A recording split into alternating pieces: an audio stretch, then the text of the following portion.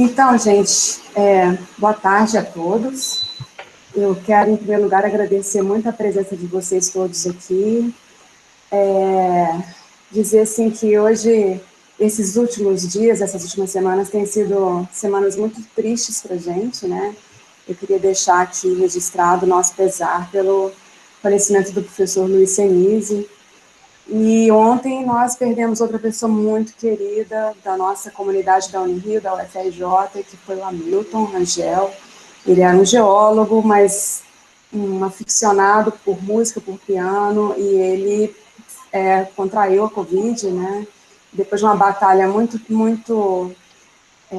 dura, ele não resistiu. Então, eu queria deixar aqui a minha homenagem ao professor Luiz Senise e ao Hamilton Rangel, uma pessoa super querida. Muita gente que está aqui nessa sala hoje teve contato com ele, estreito, né? A gente sabia do tanto que essa pessoa era uma pessoa generosa, bacana, do bem, amorosa, ou seja, nós vamos sentir muita falta dele entre nós. Então, fica aqui a nossa homenagem, antes da gente começar a palestra da Patrícia.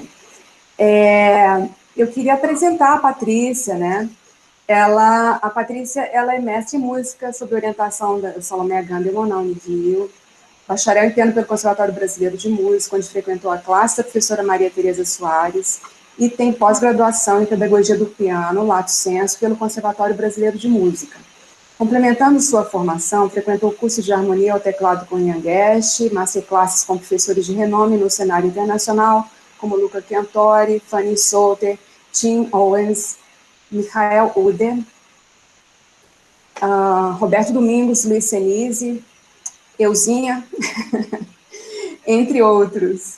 Atualmente cursa doutorado na Unirio sob orientação das professoras Laura Rona e Ingrid Barankowski. Patrícia Moll é detentora de prêmios em concursos nacionais de piano e trabalha como professora de piano nos cursos de extensão da UFRJ, onde já trabalhou como professora substituta de piano nos cursos de graduação.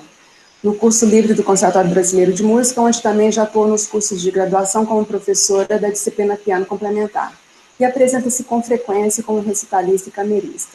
E nós temos o prazer enorme de ter a Patrícia como nossa colaboradora, porque ela realiza estágio docência, que é um requisito do doutorado da Unirio, né? Então, ela cumpre essa parte do seu doutorado conosco, no nosso projeto e nas nossas disciplinas da graduação, que atende pianistas, né? E alunos de música cujo instrumento é o piano.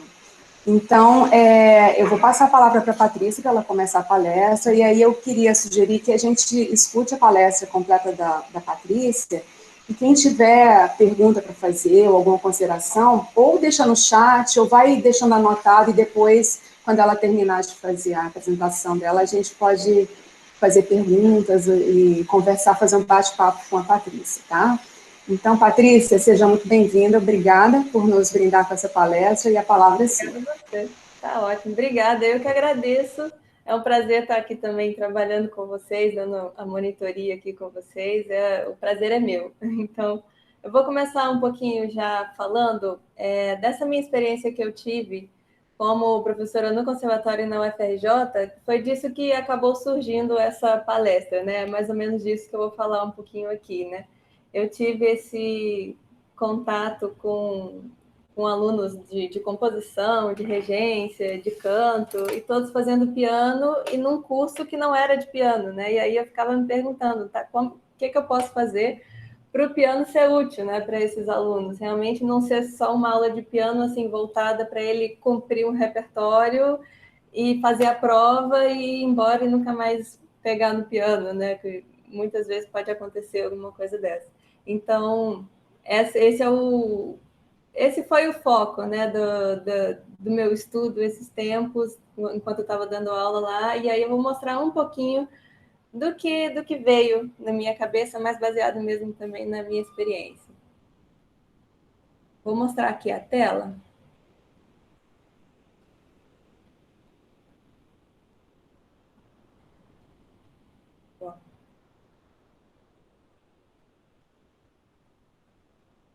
Tá aparecendo aí direitinho?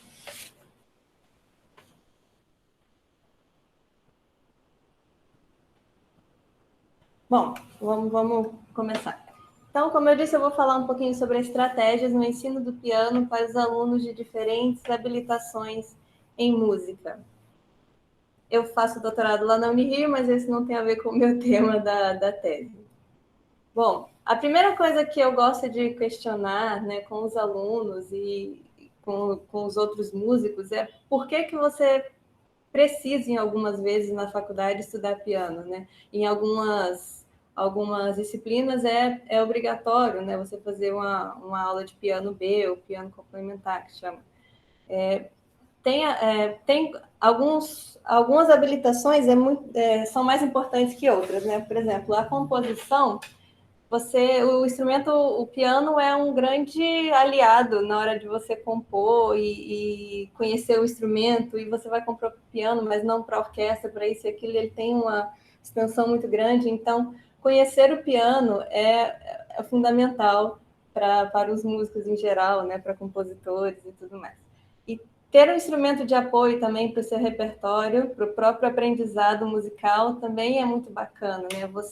Se você toca flauta e não tem um instrumento harmônico, por exemplo, para você estudar harmonia, e aí você quer ouvir um acorde, e aí você consegue no piano e não ficar só no papel, né? Aqueles acordes, e realmente ouvir como funcionam os encadeamentos harmônicos e tudo mais. Então, também ajuda no aprendizado musical. Melhora a leitura, né? A leitura à primeira vista, principalmente, né? Porque não preciso nem dizer porquê, né? São muitas notas, mas são duas pautas ao mesmo tempo que a gente lê, e são muitas notas ao mesmo tempo também, então isso melhora bastante a leitura. E também amplia o conhecimento de repertório. Geralmente, quando a gente está num instrumento, eu falo por experiência própria, né? Como eu sou pianista, a tendência é ouvir músicas para piano, é ouvir concertos para piano, tudo voltados para piano, música de câmara que tem piano, enfim. E aí, quando a gente vai estudar outro instrumento, a gente começa a mergulhar um pouquinho mais a fundo também no repertório desse outro instrumento. E aí quanto mais música você conhece, melhor para a sua formação, né? Independente do instrumento. Então, quanto mais ampliar o seu repertório, melhor. E também o piano tem uma grande vantagem, justamente por ter essas diferenças, né, na parte harmônica, em fazer várias vozes ao mesmo tempo, e esse monte de coisa que eu vou falar daqui a pouco, é que a forma de estudar te ajuda muito também no seu instrumento, depois quando você passa para canto, para qualquer outro instrumento, a forma que a gente aborda o piano também pode ser abordado várias coisas. Então, isso também é uma grande vantagem de você estudar piano, mesmo não sendo seu instrumento principal. Tem algumas coisas que eu faço, eu vou falar aqui de alunos geralmente iniciais para intermediários, né? Não vou falar de avançado, porque geralmente esses alunos de outros instrumentos estão nessa faixa, né? Algumas coisas eu abordo com todos, é óbvio, né? E assim, eu poderia abordar tudo com todos, essa é a minha vontade, né? A gente, como professor de piano, a gente quer falar de tudo, a gente quer fazer que o aluno toque da melhor forma possível, mas algumas coisas a gente pode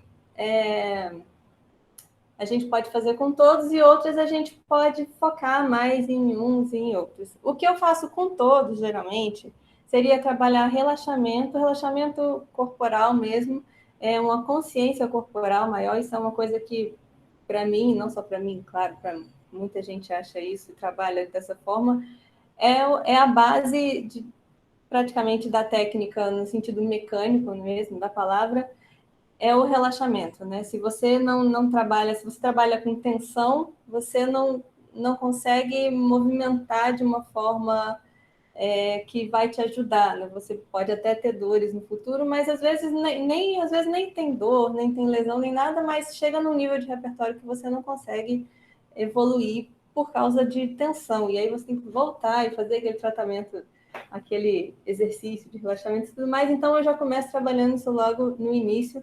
E eu acho interessante isso porque alguns alunos, eu tive alunos flautistas e violinistas também, me falaram que as técnicas que eu aplicava durante o estudo de piano ajudaram também a consciência corporal na hora que eles estavam tocando o instrumento deles, né? Isso é muito bacana, a gente ajudar dessa forma, conciliar tudo, assim, e aí eles percebiam tensões que não estavam percebendo antes e ajudaram muito na técnica do instrumento deles também.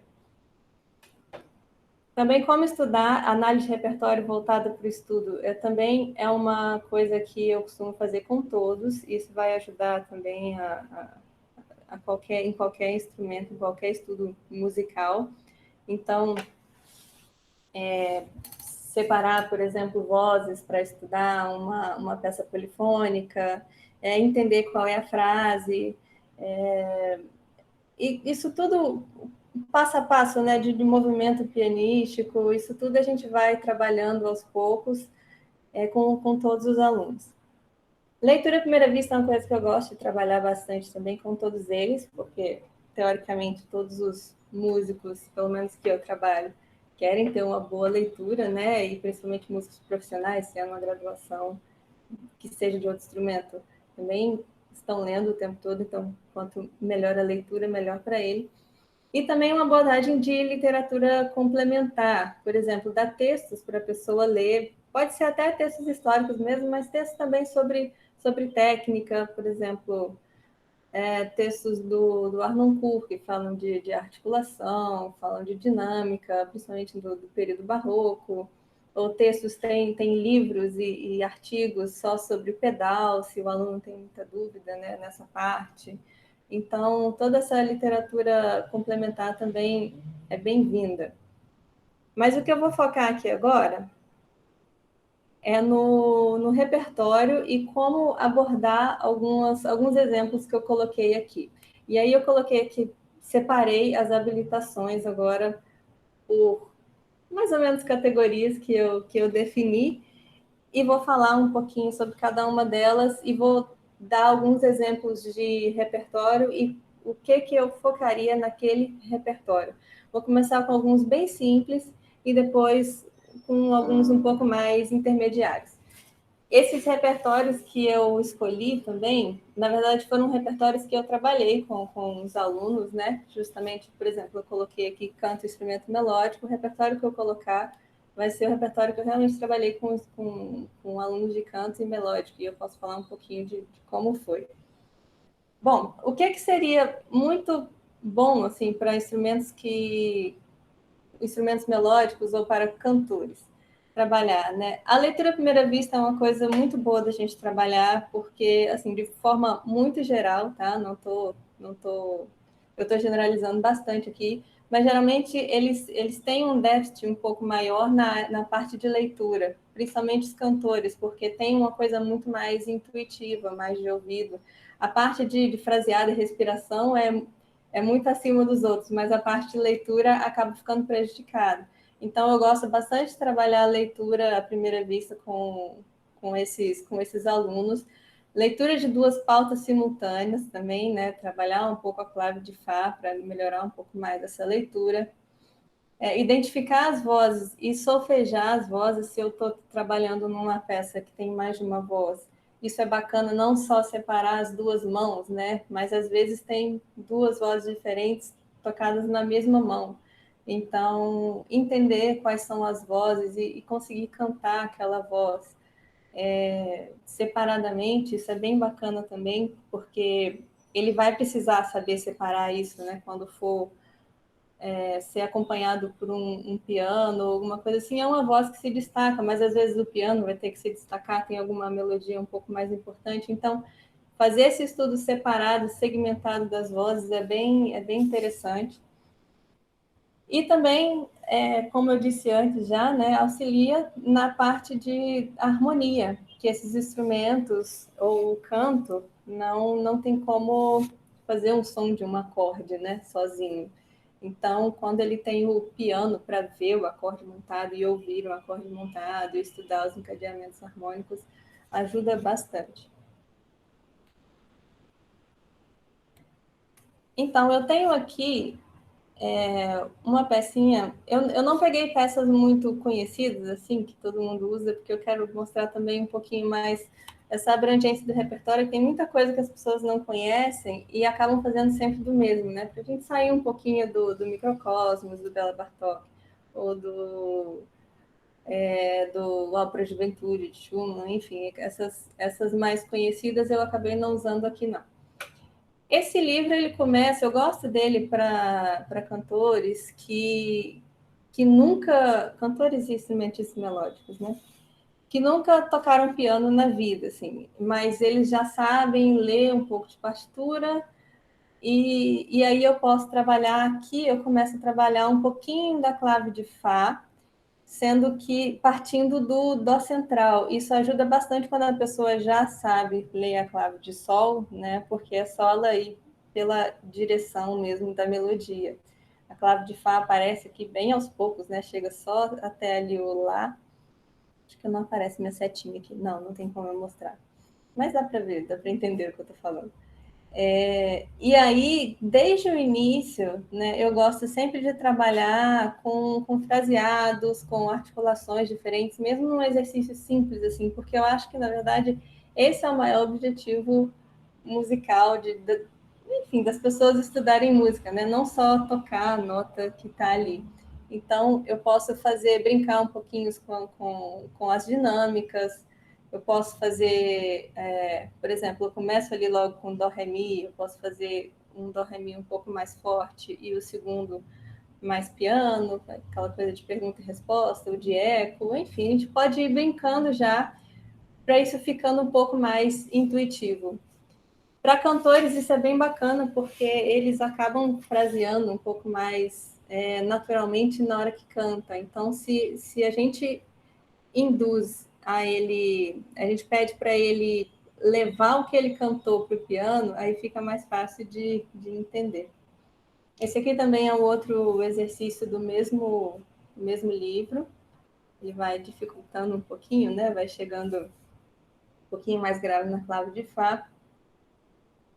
Depois tem esse também, Ludos Brasilienses, do Ernest Widmer. Ele não é brasileiro, mas viveu a maior parte da vida aqui no Brasil.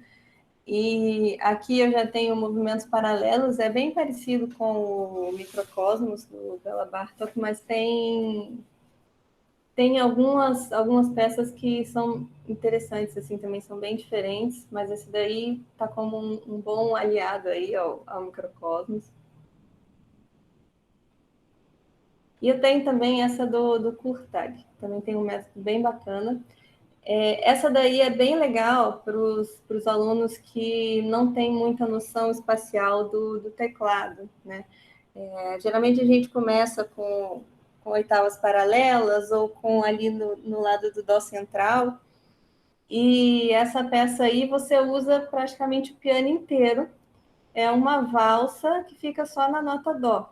Você começa lá com Dó lá em cima e vai brincando bastante. Tem aí um tempo livre no início, depois tem o tempo justo, e ele vai fazendo alternâncias de mãos e vai até o Dó lá embaixo, o Dó lá em cima. Ele já coloca também bastante coisa de dinâmica, então isso é bem bacana para os alunos que ainda ficam muito presos aqui, querem ter uma noção melhor espacial, né, do teclado. Pode fazer em Ré, pode fazer em Mi, pode fazer em tudo. Essa é a segunda página aqui da mesma peça. Esse estudo de Bertini também é um que eu gosto para trabalhar bastante a clave de Fá. Além dele ser muito bonito, ele tem bastante coisa. Aqui nas primeiras está normal a clave de Sol e Fá, mas a terceira ali já estão as duas mãos na clave de Fá. Ele fica muito nessa região mais grave, média grave, e ele é bem bonito, assim, e os alunos gostam muito de trabalhar e acaba trabalhando bastante a leitura também. Ele não é numa tonalidade muito comum, né? Tá em Fá sustenido menor, e dá para você trabalhar bastante, dá para trabalhar o pedal aqui também.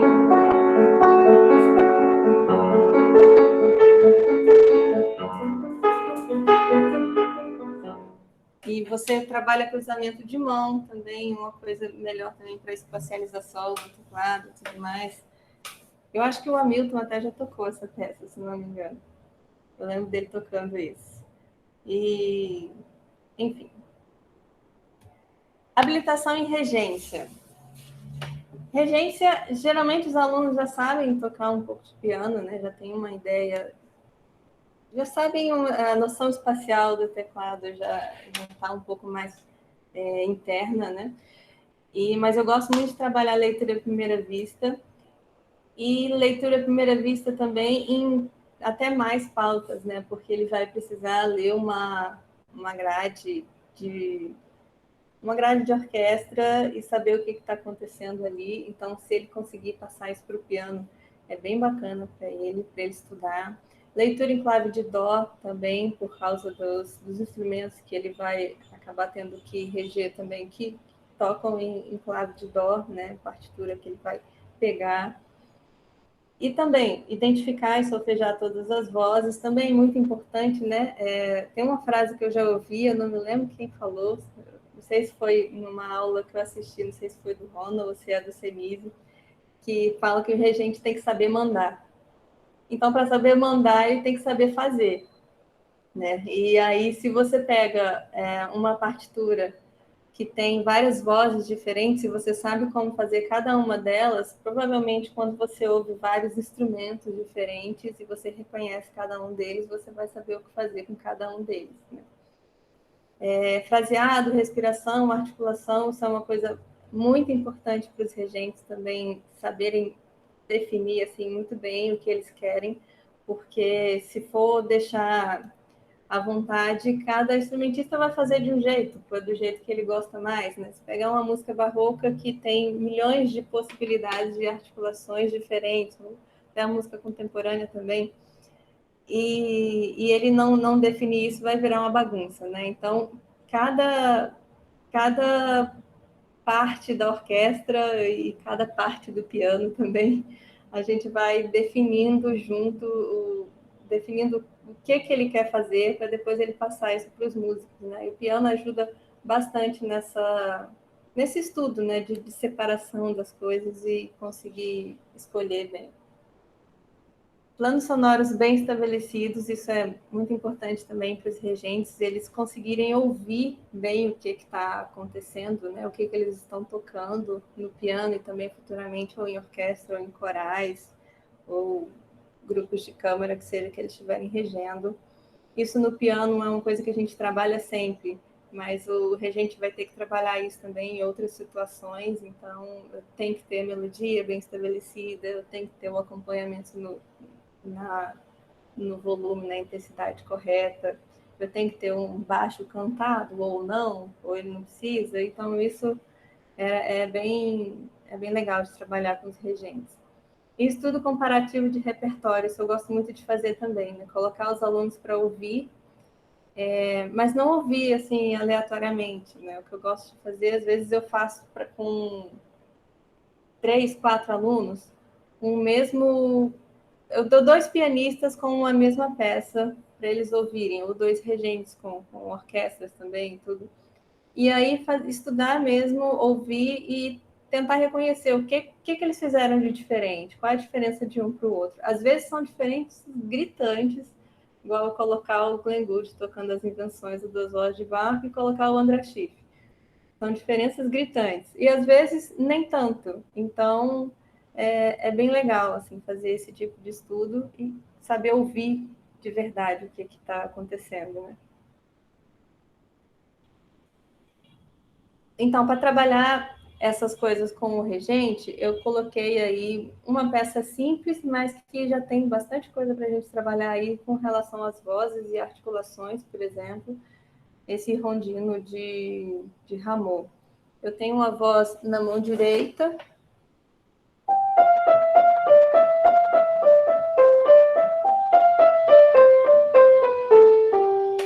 que ele pode fazer, a gente pode brincar um pouquinho, né, de fazer as separações, né, das frases. Vou fazer uma mais inteira. Ou então, como maneira de estudo mesmo, pensar de 3 em 3, de 4 em 4 notas.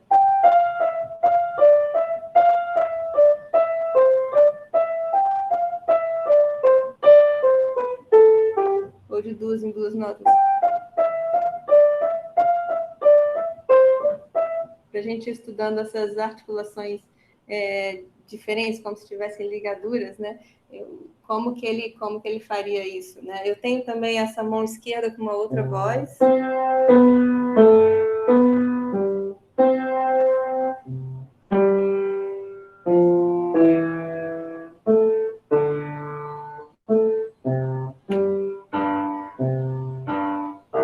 Aqui, então, a gente pode brincar bastante. Tocar a mão direita ligada e a esquerda toda no legato. Essas mínimas com semínimas em seguida, a gente pode ligar uma na outra e separar cada compasso. 1, 2, 3. Vou dar um balanço do compasso ternário.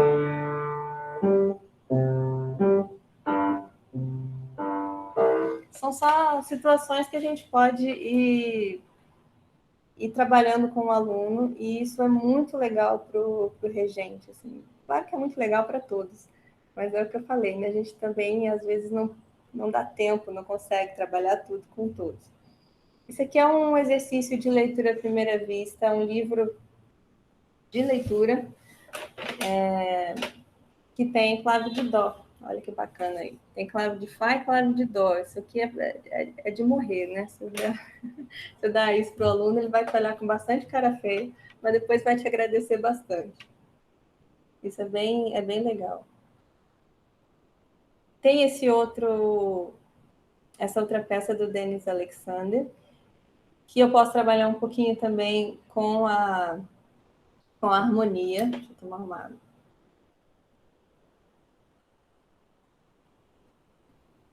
Tem harmonias bem interessantes aqui. Eu posso pensar também nos planos sonoros. Eu tenho o baixo aqui.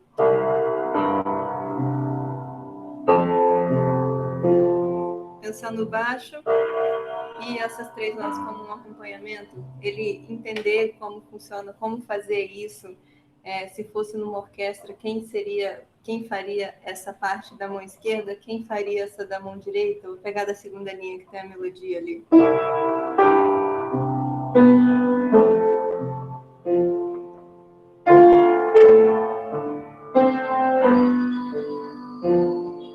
Então, essa também é bem legal de trabalhar pedal também, apesar dele não precisar tanto saber como o pedal funciona, mas também é um bom estudo de pedal. E um estudo coral de Bertini. Aqui a gente pode trabalhar as vozes separadamente, né? Isso é bem interessante. O regente provavelmente vai ter que tocar para acompanhar um coral ou reger mesmo um coral. Muitas pessoas que fazem regência trabalham em igrejas, por exemplo, e às vezes ele é o pianista e o regente ao mesmo tempo, né? Ele tem que dar as ordens lá e depois tocar para o coral. Então, e ele tem que guiar bem o coral e tocar as vozes para cada uma das partes. Então, quanto mais, se for um aluno que trabalha bastante com coral, quanto mais corais a gente trabalhar no piano, melhor para ele, né? E a gente pode também fazer um trabalho harmônico, né? Reconhecer os acordes, e encontrar cadências, tudo mais. Isso também é bem bacana. Outro coral de Bach, né? Acho que todo regente vai cair um coral de Bach um dia no colo dele, ele vai ter que analisar, estudar e reger também um dia.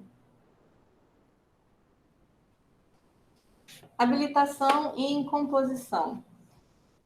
Os compositores também, de certa forma, eles têm que saber mandar fazer também, né? Só que de uma forma um pouco mais branda, né? Então, eu acho que ele tem que ter ideias muito claras do que ele quer que o instrumentista toque, pelo menos do que ele faça questão que seja de uma certa forma, para não cair em contradição depois, acabar o instrumentista entendendo uma coisa completamente diferente, o que pode acontecer também, que não é nada de errado, mas se ele faz questão, às vezes, de uma certa sonoridade, é bom que ele conheça bem o instrumento, né, e a linguagem do instrumento.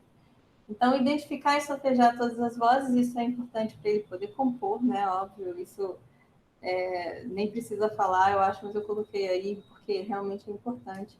Fraseado, respiração, articulação. Isso é bem legal, estudar, trabalhar bem com os compositores, porque muitas vezes eles não sabem exatamente como um sinal de articulação vai soar numa nota no piano, né? Por exemplo, se ele colocar, quiser uma nota com tenuta, aí ele vai pensar, poxa, mas o piano não faz uma tenuta de verdade. Como é que o pianista faria isso? Então, numa aula de piano, a gente esclarecer bem como funciona realmente esses sinais, né? O staccato, o não legato, a ligadura, a tenuta, essa pausa que está aqui é pausa, mas o pedal fica ou o pedal não fica, é uma pausa de respiração só, é uma pausa realmente de silêncio. Isso é bem legal a gente trabalhar para o compositor entender muito bem, né? Por exemplo, uma ligadura entre duas notas. Às vezes ele coloca uma ligadura entre duas notas só para dizer que não liga uma nota na outra.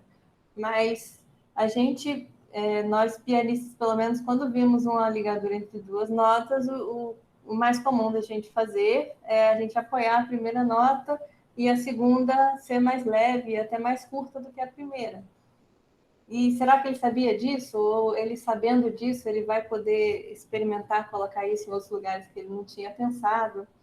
Então, como usar o pedal também, isso é bem legal. Assim, geralmente os compositores não, atualmente, né, não indicam tanto pedal, deixam um pouco por conta do pianista, mas às vezes podem ter lugares que ele quer um efeito de ressonância que, se não colocar, provavelmente os pianistas não vão fazer. Então, ele conhecendo as técnicas de pedal, como fazer, como utilizar, muito, obviamente, vai ser muito melhor para ele compor e criar esses efeitos, conhecendo os recursos do instrumento, né? Isso é bem importante. O uso dos pedais, né? E estudo comparativo do repertório também, né? Ele é bacana a gente pegar uma partitura e, com a partitura na mão, ver como um pianista faz e como o outro pianista faz, né? Como cada um interpretou aquela partitura que está ali. E aí ele, como compositor, vai perceber que ele não tem o domínio total da situação, né? Então, às vezes, ele quer uma certa intenção que, talvez, conhecendo bem os recursos, tenha algum sinal que pode levar aquilo de forma mais precisa. Claro que isso nunca é preciso, mas é bem interessante trabalhar essas comparações, assim, esse tipo de conhecimento do instrumento. Então, para começar, eu coloquei aqui um minueto de Mozart, né, que ele fez esse livro de Nadel para a irmã dele. E aqui a gente já tem essas ligaduras de duas notas terminando as pequenas frases. Eu posso fazer articulações diferentes também, como eu fiz lá no outro para a regência. Mas aqui, por exemplo, a ligadura apoia a primeira e relaxa, né? A primeira é o apoio, a segunda é o impulso. Isso é bem legal de deixar claro, que geralmente os pianistas fazem assim, trinado, como é que vai soar. Essa pecinha é bem interessante, essa peça do Calimero Soares, Pequena Balada, que a gente pode também não só pensar nessas ligaduras, né?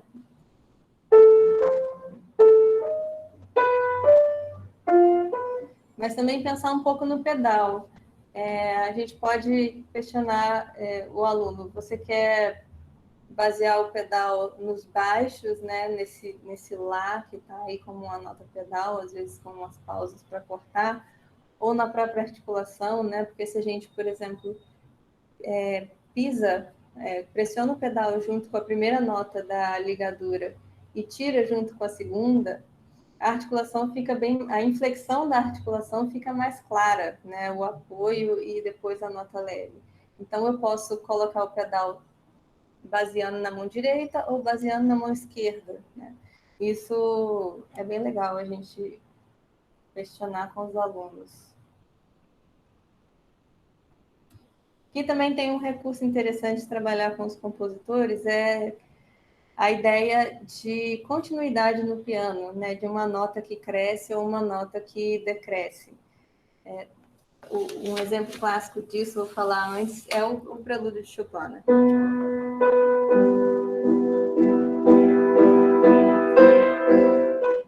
Se eu tenho uma nota e eu não consigo crescer naquela nota, né? Eu toco e ela vai decaindo, ela vai decrescendo. Obviamente, eu não consigo fazer um crescendo como eu consigo no violino, na flauta, no canto.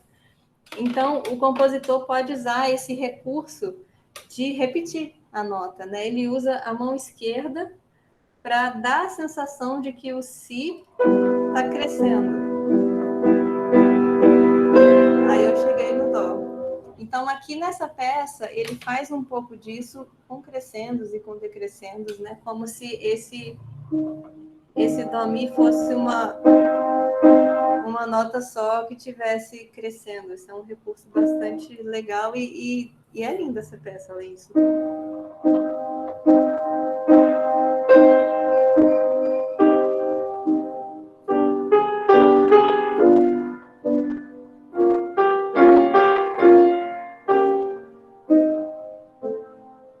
Então, tem esse recurso, tem a ideia de planos sonoros também, que é bem nítida aqui, né? Da mão esquerda como acompanhamento. E nessa segunda parte, tem essa voz intermediária, que a gente pode trabalhar também a ideia de plano sonoro, esse dó do meio.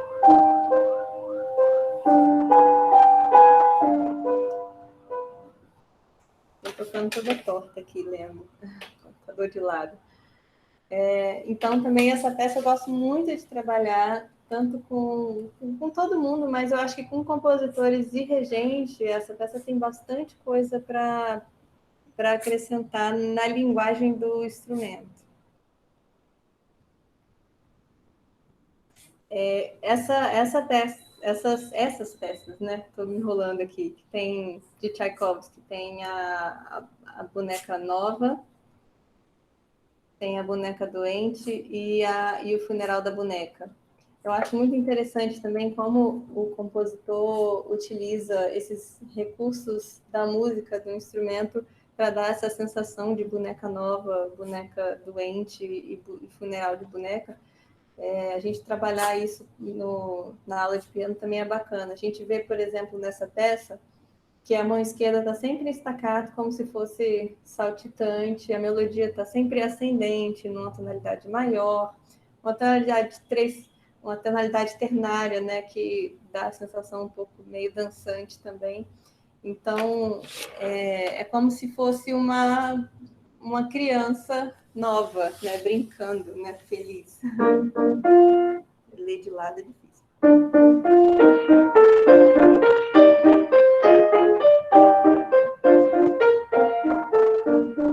E aí ele volta. E aí depois ela fica doente e a gente vê que a melodia passa a ser, não é mais o 3x4, o ritmo dançante, é o 2x4, que é um pouco mais carregado. Aliás, era 3x8, compasso ternário. E aqui é um binário, então é um pouco mais arrastado, é lento. Eu tenho uma melodia sempre descendente. Quando sobe a melodia para descer mais, né? E assim vai. E eu tenho essas pausas na mão direita que dão essa sensação, é uma pausa no tempo forte, que dão essa sensação de que ela está ofegante, né? Ela não consegue falar uma fala inteira, sempre cortadas por pausas, né? E o modo menor também.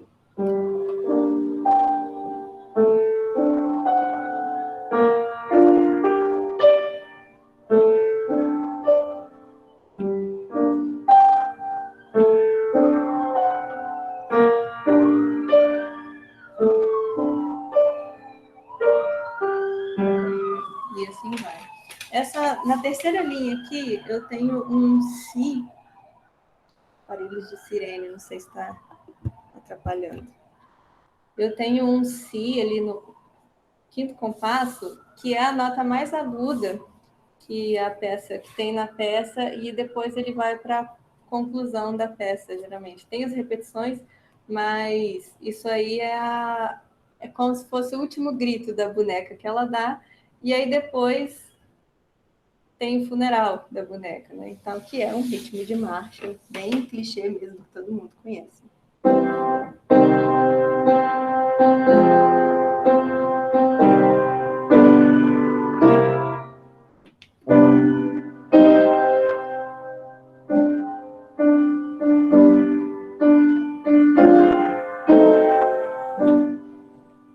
Então, isso é falar um pouco dessas características, né, de dar um título e tentar, e o compositor tentar trazer essas imagens, né, para a música e para quem está tocando. Isso é bem legal também a gente trabalhar com os alunos de composição, que eles vão entendendo um pouco melhor também como funciona esse lado abstrato da música, que nem sempre a gente vai entender a mesma coisa, né? Se eu tiver uma peça dessa e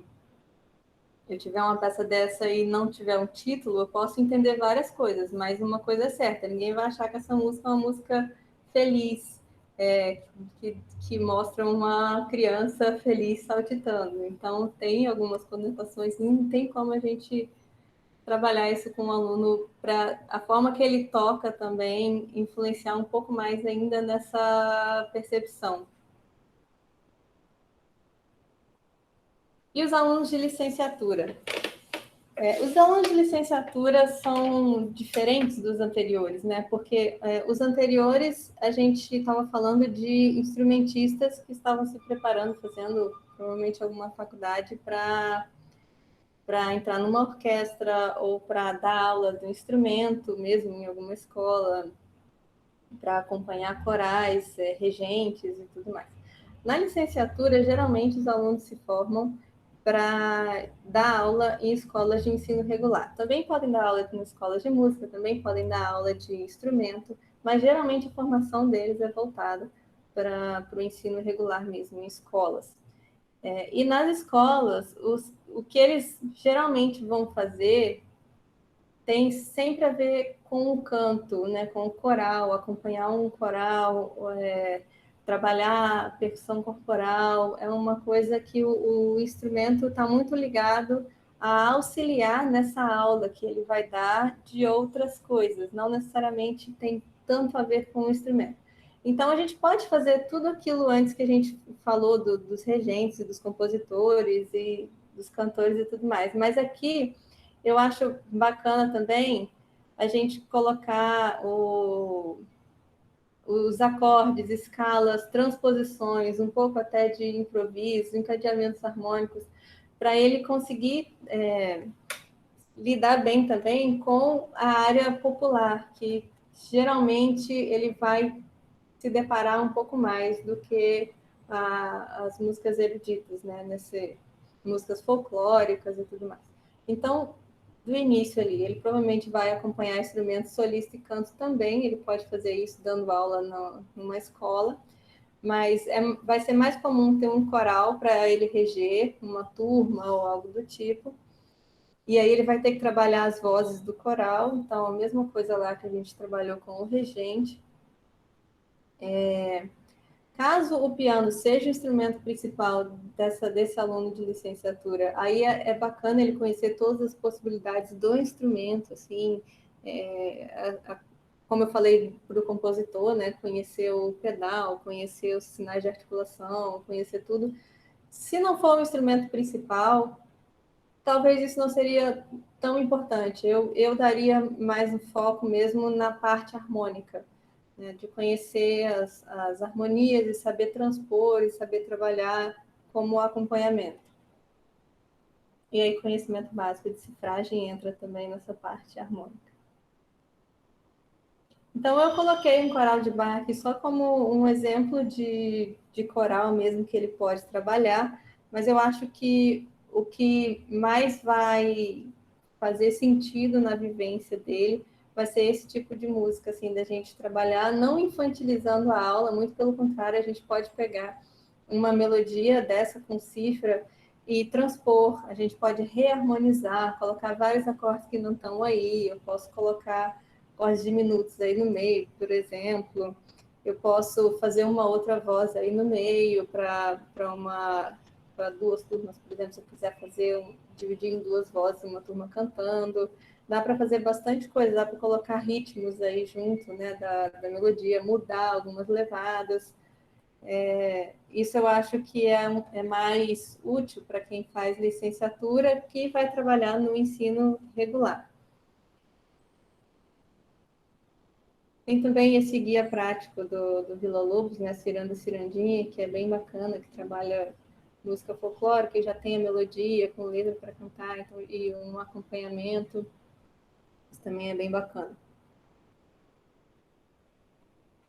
Mais uma do guia prático. E é basicamente isso que eu tinha para falar das especificações, né? Para concluir, eu coloquei uma frasezinha: o piano, assim como todos os instrumentos, possui suas limitações, mas ao mesmo tempo tem uma incrível gama de possibilidades que o tornam um grande aliado para músicos de todas as especializações. Então, ele vai te ajudar para qualquer instrumento que você estiver estudando, o piano com certeza vai ser um aliado no seu estudo. E é isso, obrigada. Bacana. Muito bom, Patrícia. Obrigada. Eu acho que a gente está aqui, assim, tem tantos professores e eu acho que também tem muitos egressos aqui de cursos de composição, de licenciatura, tem um aluno de composição que eu estou vendo aqui com o Eduardo, e então a gente tem pessoas interessadas de todas as perspectivas, de todos os prismas, na verdade, né? E eu acho bacana uma coisa que você falou, uma palavra que você falou, a questão de tentar não infantilizar, né? Porque a gente tem que lidar com material um pouco menos complexo, principalmente se esse aluno não tem uma experiência prévia com o instrumento de teclado, né? E a gente tem que tomar muito esse cuidado, né? De não fazer a aula virar uma aula com material infantil, com temática infantil, né? Você pode falar um pouquinho sobre isso? É exatamente isso que eu penso, porque principalmente nesse sentido que eu estou falando de alunos que são da graduação já de outros instrumentos ou de outras habilitações, a gente já está trabalhando com músicos formados, que estão em formação, aliás. Então, eu não posso trabalhar com eles como se fosse uma criança começando a estudar piano. Então, escolher metodologias que sejam para adultos é uma coisa interessante. Você pode trabalhar, claro, algumas peças de álbuns infantis, álbuns para a juventude, mas a didática não pode ser tão infantil, né? Eu trabalhar uma coisa muito simples. Posso trabalhar uma peça infantil? Posso, mas o que a gente pode aprender ali dentro? Trabalhar as harmonias, ouvir pessoas tocando aquilo de formas diferentes. Eu acho que é mais a forma de como lidar com o repertório que faz a diferença. Sem dúvida, eu acho que essa questão do repertório é essencial, né? É o cerne, né, de como trabalhar com esse aluno específico que não é o pianista, né? Alguém tem alguma observação? Gostaria de colocar alguma coisa, fazer alguma pergunta? Opa, vamos lá, Ernesto. Eu tenho. Bastantinho aqui de abrir. Boa tarde para todo mundo. Parabéns, Patrícia, muito bom. Obrigada. Sim, você abordou muitas questões importantes, acho que você sistematizou muito bem em relação aos distintos cursos, né? As necessidades de cada um. Te faria uma pergunta, uma das perguntas que eu iria fazer, inclusive você já respondeu quando você falou da questão da improvisação, que é muito importante isso, né? Porque não faz parte realmente do nosso universo de formação. E isso é muito importante, principalmente, não só para os licenciados, acho que para os outros também, né? Para todo mundo. Eu acho que, na verdade, tudo que você falou para uma categoria serve perfeitamente para outra também, né? Mas dentro dos focos, isso você deixou muito claro, né? A gente discutiu muito, Lúcia, acho que estava, né, no Congresso de Piano Internacional, no quinto, né, que a gente discutiu sobre essa questão de circulação do repertório, e seria uma segunda pergunta que eu te faria, e não vou fazer, que seria sobre questão de técnica expandida, etc., porque realmente é mais complexo. Hoje em dia tem muita gente que tem piano digital, outros têm piano de armário, mas já existe algum material em relação a isso. Mas a pergunta que eu ia te fazer é o seguinte: dentro disso, você não falou sobre uma coisa só, talvez, não sei se você trabalha com ela ou se você acha que talvez não seja até tão importante neste momento, que é a questão da transposição. E eu não estou falando de você pegar uma peça muito complexa e transpor, né? Mas quando você está falando de leitura de clave, mesmo na leitura básica, da questão de você conseguir transpor aquilo, seja uma transposição cromática, ou seja uma transposição com mudança de clave. Você acha que isso, por exemplo, na UFRJ, há muito tempo atrás, era dividido. Então, quando você tinha aula de acompanhamento e transposição, então isso ficava muito claro ali, engavetado naquela disciplina. Como você tem uma abordagem muito mais genérica no bom sentido, né? Ou seja, você trabalha com muito mais habilidades e como desenvolvimento de habilidades e competências em todas essas categorias distintas que você falou, você acha que a transposição seria importante ou você acha que isso deveria ficar em algum outro lugar ou não seria o caso aqui? Eu acho que seria importante sim. Eu não sei se eu cheguei a comentar, talvez, eu acho que estava no slide, talvez eu não tenha falado. Quando eu falei da licenciatura, né? Porque principalmente todos eles que vão acompanhar cantores, os regentes que vão acompanhar corais, o próprio cantor que vai tocar um repertório e ele quer cantar o repertório, ele está tocando o próprio acompanhamento para canto, né? E às vezes ele vai ter que transpor ali para adequar a região dele, né? Mas eu acho que para os alunos de licenciatura talvez sejam mais, e composição talvez também, por uma questão de conhecimento harmônico, mas de licenciatura eu acho que seria mais interessante também essa parte da transposição. Eu acho que teria essa necessidade um pouco mais rápida, né? No meio de uma aula, se ele precisa transpor alguma coisa, ele vai e consegue fazer para um aluno ou outro que precise. Na minha visão, seria isso. Obrigado. Beleza. Mais alguém gostaria de fazer algum comentário? Eu estou vendo que tem tantos professores aqui que lidam com esse perfil de aluno, né? Eu mesma dou aula de piano complementar há tantos anos e estou sempre aprendendo coisas novas. Eu acho que a gente tem sempre que ficar, né, com a mente aberta, assim, para poder lidar com... E também tem aquele aluno que chega e ele tem um interesse de trabalhar um repertório específico, né, Patrícia? Às vezes eu tenho aluno que quer trabalhar, na verdade, música popular, escrita, não trabalhar improvisação, né? Porque, assim, uma coisa que eu acho interessante nessa questão do piano complementar é que tem muito aluno que vem, na verdade, realizar um desejo. E, finalmente, ele vai ter acesso a uma aula, tutorial, do instrumento que ele tinha vontade de estudar há muitos anos e que ele nunca teve acesso, não teve oportunidade, de repente ele consegue essa aula, né? E aí ele tem uns desejos específicos, assim, né? Por mais que a gente tenha que pensar funcionalmente o que essa disciplina vai atender, né? Para aquele aluno de licenciatura, aquele aluno de composição, aquele aluno de regência, a gente também tem que lidar com isso, né? Com a questão do desejo desse aluno, que não pode simplesmente ser descartado. Você não pode falar, não vamos fazer porque não é minha função atender aqui seus quereres, né? Então, Exatamente. Isso que eu mostrei aqui, é claro que é uma abrangência, assim, é uma generalização muito grande. Eu já tive uma aluna cantora, por exemplo, que ela queria aula de piano mesmo, normal, como ela queria tocar piano, como um pianista mesmo. Então, eu dava uma aula de piano para ela, sem me preocupar tanto com essas outras coisas. Eu abordava tudo que eu podia ali no meio, como eu faço na aula de piano normal. Então, claro que a gente também tem que ouvir o aluno, o que ele quer, né? Isso é uma generalização que funciona para alguns e talvez não para outros. Né? Por mais que a gente esteja lidando com alunos adultos, né? Eu acho que não pode ser ignorado, né? Que a gente, eu acho que não pode haver assim uma rigidez, né? Em função de seguir um programa de ensino e tal, não sei. Eu sou um pouquinho mais aberta em relação a isso. Claro, tem toda a razão. Isso aí. Alguém mais quer fazer algum comentário, gente? Não?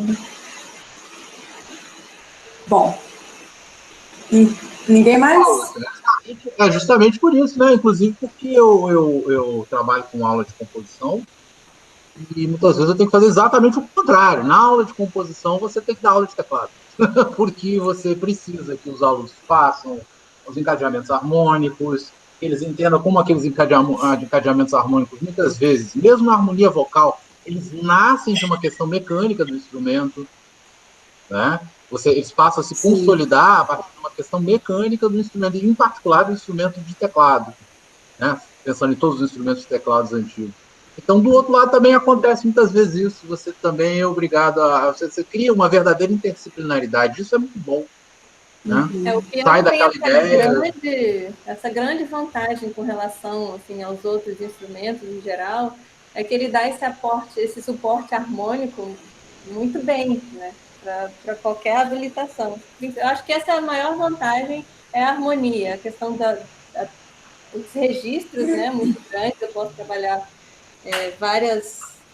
uma grade de orquestra, eu posso ver ali no piano o que está acontecendo, dos mais graves aos mais agudos, e também essa coisa da harmonia faz muita diferença. Na verdade, quando nós estamos falando de piano aí, pensando mais genericamente, todos os instrumentos de tecla, eles são os únicos, a verdade é essa, eles são os únicos que são capazes de fazer. Né? A gente precisa falar a verdade em relação a isso. É muito legal o violão, mas o violão é um instrumento harmônico, tem a sua linguagem, seu repertório maravilhoso, mas ele tem limitações harmônicas. Você não consegue fazer qualquer tipo de posição ou situações que são muito características em todos os repertórios no violão. Né? É uma pessoa tocando, e você tem 6 cordas e você tem as limitações de espaço. Então, assim, o piano você consegue com facilidade montar um acorde característico, uma música postonal, que no violão você já não tem tanta facilidade nisso. Ou às vezes é até mesmo impossível. Né? Então, eu acho que é essencial, aliás, acho que no mundo inteiro inclusive, né? É essencial que compositor, regente, cantor e outros instrumentistas tenham um estudo de piano que seja pelo menos elementar. Né? Não para criar um repertório, não é isso. Para poder saber manejar um instrumento corretamente e aplicar dentro das suas necessidades. Exatamente. Muito bom, Patrícia. Posso por favor, fazer uma Eduardo. pergunta? Ai, meu Deus. Desculpa, eu cheguei um pouco tarde, porque eu estava resolvendo coisa do museu que surgiu em cima da hora. Mas eu estou com um pouco de pelo de gato na camisa, desculpa, gente. Na verdade, eu queria falar que as aulas da Patrícia, elas me ajudaram muito nisso, na verdade. Que eu não sei o nome desse sujeito que estava falando agora. É o Ernesto. É o Ernesto, eu não reconheci. Eu não reconheci. Mas me ajudam muito nisso, na verdade, porque eu sou compositor. E, às vezes, como compositor, a gente fica trabalhando com isso, a gente perde um contato mais orgânico, mais direto com a música, de você tocar as partes dos instrumentos, né? Então, a aula de piano ajuda muito nesse sentido. E eu me lembrei que essa semana, acho que foi essa semana, né, Patrícia, que a gente estava conversando justamente sobre isso, né, que o pianista pode tocar a partitura da orquestra, assim, pode, né, fazer uma redução de tudo, né? E que isso também é outro problema, né? Que um problema é você não tocar um instrumento, e o outro problema é você ser muito dependente do instrumento, do piano, né? Porque tem outra questão, né? Que falam que um amigo meu, que é o Tcheco, Luiz Carlos Tcheco, compositor, ele fala que o pianista ele é educado para achar que ele tem uma orquestra debaixo dos dedos. Só que ele não tem. E, às vezes, quando você vai colocar o piano no meio de um conjunto, né, é difícil você escrever para o piano como parte do conjunto, não como um solista, não como acompanhador. E aí, recentemente, eu tenho trabalhado isso nas aulas com a Patrícia também, tem me ajudado, assim, pensar em onde que o piano pode entrar, em quais frequências, e como que ele pode entrar e aparecer no todo, mas sem roubar a cena e tal. Principalmente trabalhando repertório também menos tradicional de piano, repertório mais contemporâneo e tal, tem sido interessante. Enfim, mais uma propaganda da aula do que uma pergunta. Não, mas é bacana ter esse feedback de alunos como você, né, Eduardo, que é aluno de composição, e que, apesar de você já ter experiência com piano, mas, na verdade, eu acho que você pode confirmar, né, que é indispensável, né, que o aluno de composição, que o compositor tenha um mínimo de proximidade com este instrumento maravilhoso e poderoso. O melhor instrumento. né? Porque eu acho super importante, acho que é inquestionável, né? Dentro do nosso mundo da música de concerto, né? A gente tem que ter essa experiência também, né? Entre outras. Alguém mais gostaria de fazer alguma observação? Não? Então, Patrícia, eu adorei a tua palestra, eu achei que você tocou nos pontos, assim, bem importantes, né? Eu acho que nós, professores de piano, não só os professores da academia, que a gente está na universidade lida com esses perfis de aluno, mas os professores que dão aula particular ou em escolas particulares também, inevitavelmente, estão lidando com alunos que têm esses perfis diferentes, né? Que buscam a aula de piano por objetivos e metas específicas, né? Então, eu acho que todo mundo tem que ter essa abordagem, né? Essa preocupação em saber como direcionar, né, os conteúdos, como direcionar o processo de estudo, né? E eu acho que você apontou isso tudo muito bem. E acho que foi muito bacana assim, poder ouvir você falar sobre isso tudo, viu? E eu vou deixar, então, assim, para você se despedir agora, dar suas últimas palavras antes da gente encerrar.